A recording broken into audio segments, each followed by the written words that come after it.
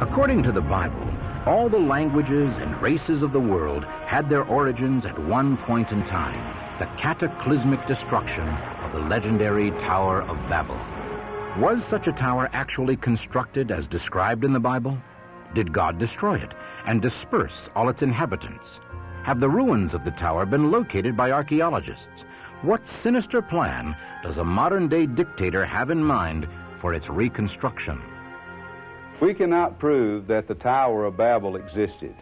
Not only was there a real Tower of Babel in the past, the tower and the city that bore its name is being rebuilt today by the world's most dangerous dictator.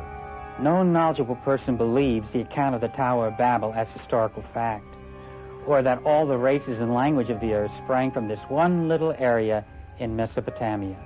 The biblical story of Babel is completely consistent with all of the evidence. Anyone who denies this fact is simply engaging in fantasy or speculation. Actually, the Tower of Babel concept of racial and language generation is quite easily demonstrated through archaeology, linguistics, and genetics.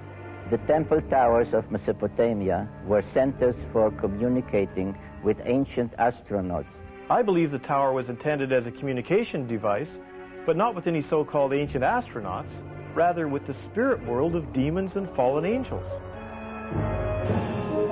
The Bible explains that God became angry at the first civilization that sprang from Noah. To find out why, let's look at the beginning of this story as set forth in the Bible.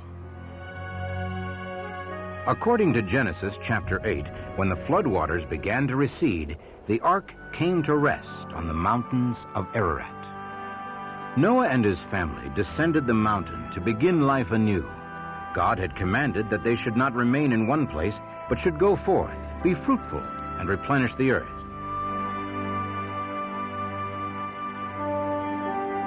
But the descendants of Noah violated God's edict. They settled in a fertile plain between the Tigris and the Euphrates rivers. When they began building a tower to the heavens, God decided to disperse them. Is this account of the story of Babel fact or fiction? Why was this tower really built, and by whom?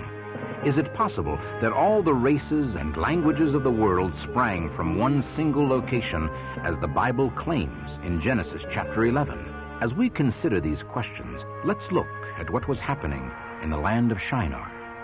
The Bible tells us King Nimrod was a great hunter and the builder of ancient cities in what is now modern-day Iran and Iraq. Nimrod may have been the ruler who set about building a high tower to make a name for himself and his people, and to keep from being scattered as God had commanded. So we have a double mystery to explore. First, was there actually a Tower of Babel? And secondly, did all the races and languages of the world result from the destruction of that tower? Although the Bible is silent on many of the day-to-day events surrounding the Tower of Babel, we can speculate on how the drama may have unfolded in King Nimrod's kingdom. Almighty King Nimrod, hearken to the word. The God of our grandfathers' grandfathers cries out in warnings. Go out and make new nations. Stay not here to spite God. Will he bring down the floodwaters again? Destroy this? Now, what was your complaint, Vizier? Not a complaint, Majesty. What the old beggar cries in the street is whispered in some quarters. Well, who is this God? What is his name? Because of some old women's tales we should give up the power and riches we have here? Who is this God that says this to me? Priest? I know no God mightier than your majesty.